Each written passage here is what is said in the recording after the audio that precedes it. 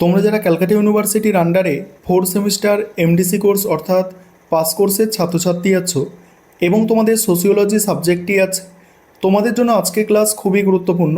তোমাদের 4 semester sociology MDC কোর্সে যে দুটি পেপার পড়তে হবে, CC4 এবং CC5, এই দুটি পেপারের 100% কমনযোগ্য সাজেশান নিয়ে আজকে ক্লাসে আলোচনা করব। প্রথমে CC4 পেপারের সাজেশানটা তোমরা দেখে নাও। 15 নম্বরের প্রশ্ন, প্রতিটা ইউনিট থেকে তোমাদের 2টো বা 3টে করে গুরুত্বপূর্ণ প্রশ্ন বলে দেওয়া আছে। দেখো, প্রথম যে paper method of sociological enquiry, CC4 paper, unit 1 থেকে 15 নম্বরের প্রশ্ন কি আছে দেখো। প্রথম প্রশ্ন, সামাজিক গবেষণা কি বা কাকে বলে, এর উদ্দেশ্য, তারপর হচ্ছে তত্ত্ব ও গবেষণার মধ্যে সম্পর্ক স্থাপন করো। পরের প্রশ্ন, সামাজিক গবেষণায় বস্তুনিষ্ঠতা এবং আত্মফলনশীলতার ভূমিকা বিস্তারিত আলোচনা করো। এখানে প্রধানত এই দুটি প্রশ্ন সবথেকে গুরুত্বপূর্ণ, এই ইউনিট থেকে 15 নম্বরের প্রশ্ন। আরেকটি প্রশ্ন এখানে দেখতে পারো, এটা যে সামাজিক গবেষণার ব্যবহার ও অপব্যবহারের উপর টিকা, এই তিনটে দেখতে পারো। এক্সট্রা প্রশ্ন এগুলো দেওয়া আছে। সামাজিক গবেষণা কাকে বলে, সামাজিক গবেষণার বৈজ্ঞানিক পদ্ধতির গুরুত্ব ও সীমাবদ্ধতা আলোচনা করো। তারপরে আছে দেখো 5 নম্বরের প্রশ্ন। 5 নম্বরের প্রশ্ন যেগুলো স্টার দেওয়া আছে অধিক গুরুত্বপূর্ণ, ইউনিট 1 থেকে আছে। সামাজিক গবেষণার উদ্দেশ্যগুলি সংক্ষেপে আলোচনা করো। বিভিন্ন প্রকার সামাজিক গবেষণার ওপর একটি টিকা লেখো। তত্ত্ব কাকে বলে। নেক্সট আছে সামাজিক গবেষণার পদ্ধতির অপব্যবহারের ওপর টিকা। সামাজিক গবেষণায় বস্তুনিষ্ঠতা বলতে কী বোঝো। এবার 2 নম্বর ইউনিট থেকে দেখো, 2 নম্বর ইউনিট থেকে 15 নম্বরের প্রশ্ন আছে অনুমান। অনুমান এর সংজ্ঞা মানে কাকে বলে বলতে পারো, হাইপোথিসিস। অনুমানের গঠন ও পরীক্ষা করার পদ্ধতি বিস্তারিতভাবে আলোচনা করো। পরের প্রশ্ন আছে চলক কাকে বলে। সামাজিক গবেষণায় চলকের বৈশিষ্ট্য ও বিভিন্ন প্রকারভেদ আলোচনা করো। তারপরের প্রশ্ন আছে প্রাথমিক তথ্য ও গৌণ তথ্যের মধ্যে পার্থক্য নির্ণয় করো। সামাজিক গবেষণায় এদের ব্যবহার আলোচনা করো। এবারে এখানে 3টে গুরুত্বপূর্ণ। পরের প্রশ্ন আছে ধারণার স্পষ্টীকরণ ও কার্যকীকরণ বলতে কী বোঝো, উদাহরণসহ প্রক্রিয়াটি আলোচনা করো। 5 নম্বরের প্রশ্ন দ্বিতীয় ইউনিট থেকে আছে দেখো, সামাজিক গবেষণায় ধারণার স্পষ্টীকরণ বলতে কী বোঝো। তারপর প্রকল্পের সংজ্ঞা দাও। নেক্সট আছে মুখ্য উপাত্ত ও গৌণ উপাত্তের পার্থক্য নির্ণয় করো। তারপরে আছে সামাজিক চল এর ওপর সংক্ষেপে একটি টিকা লেখো। নেক্সট আছে উপাত্ত বা তত্ত্ব কাকে বলে। 3 নম্বর ইউনিট থেকে প্রথমেই আছে দেখো 15 নম্বরের প্রশ্ন। প্রথম প্রশ্ন, গবেষণা নকশা কাকে বলে। সামাজিক গবেষণায় গবেষণা নকশার প্রয়োজনীয়তা বিস্তারিত আলোচনা করো।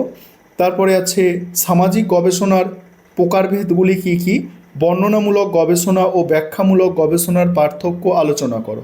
নেক্সট আছে সমীক্ষামূলক গবেষণা কয় প্রকারের, আর সমীক্ষামূলক গবেষণার মূল উপাদানগুলি কী কী।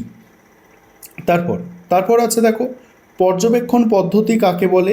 সামাজিক গবেষণায় ব্যবহৃত বিভিন্ন রকমের পর্যবেক্ষণ পদ্ধতিগুলি সংক্ষেপে টিকা লেখো। এবার আছে 5 নম্বরের প্রশ্ন। 5 নম্বরের প্রশ্ন আছে সামাজিক গবেষণার ধাপগুলি কী কী। নেক্সট আছে অনুসন্ধানমূলক গবেষণা কি। তারপরে আছে প্রশ্নমালা কাকে বলে। প্রশ্নমালা গঠনের প্রণালী আলোচনা করো। পরের প্রশ্ন আছে মুখোমুখি সাক্ষাৎকারের সুবিধা অসুবিধাগুলি লেখো। তারপরে গুণগত গবেষণা কাকে বলে। এরপরে ইউনিট 4 থেকে 15 নম্বরের প্রশ্ন আছে দেখো। 15 নম্বরের প্রশ্ন ইউনিট 4 থেকে প্রথম প্রশ্ন আছে গবেষণার নৈতিকতা বলতে কী বোঝো। এই প্রকার বলছে এর কার্যকারিতা পর্যালোচনা করো। তারপরে আছে সামাজিক গবেষণায় কুম্ভিলক বৃত্তি বলতে কী বোঝো, কীভাবে এটি এড়িয়ে চলা যায়।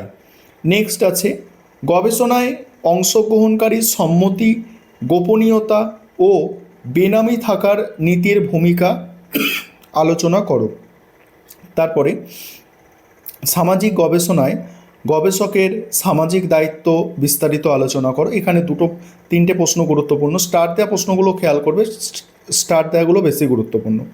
পরের প্রশ্ন আছে গবেষণার নৈতিকতা কী, তারপরে গবেষণার কুম্ভিলক বৃত্তি কিভাবে এড়িয়ে চলা যায়, গবেষণার গোপনীয়তা ও বেনামি থাকার নীতি সম্পর্কে সংক্ষেপে লেখো। আর তারপরে দুটো প্রশ্ন এখানে এক্সট্রা দেওয়া আছে দেখতে পাচ্ছ।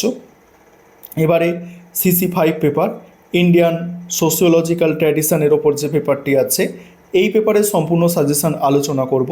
তার আগে একটা বিষয় তোমাদের বলার আছে, তোমাদের জন্য অনলাইন কোচিং ক্লাস চলছে, তবে আমাদের সিলেবাস কমপ্লিট।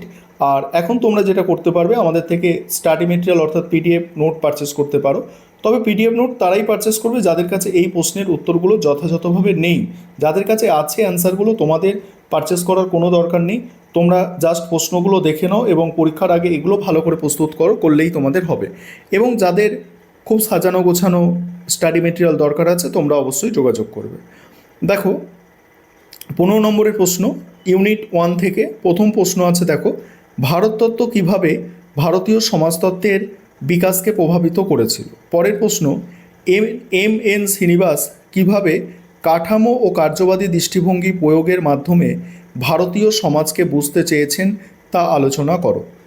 তারপরে দেখো 3 নম্বর প্রশ্ন মার্ক্সীয় দৃষ্টিভঙ্গিতে ভারতীয় সমাজ বিশ্লেষণের প্রয়াস আলোচনা করো। 5 নম্বরের প্রশ্ন আছে যে সমাজতাত্ত্বিক দৃষ্টিভঙ্গির ওপর একটি সংক্ষিপ্ত টিকা, ভারতীয় সমাজতত্ত্বের কাঠামো কিয়াবাদী দৃষ্টিভঙ্গি কী। নেক্সট ভারতীয় সমাজ প্রসঙ্গে মার্ক্সবাদী দৃষ্টিভঙ্গি আলোচনা করো। তারপরে আছে দেখো একটা এক্সট্রা প্রশ্ন দেওয়া আছে, এটা একটু দেখে নিতে পারো। পরের প্রশ্ন ইউনিট 2 থেকে আছে, ইউনিট 2 থেকে মোস্ট ইম্পর্টেন্ট প্রশ্নগুলো স্টার দিয়ে চিহ্নিত করা আছে।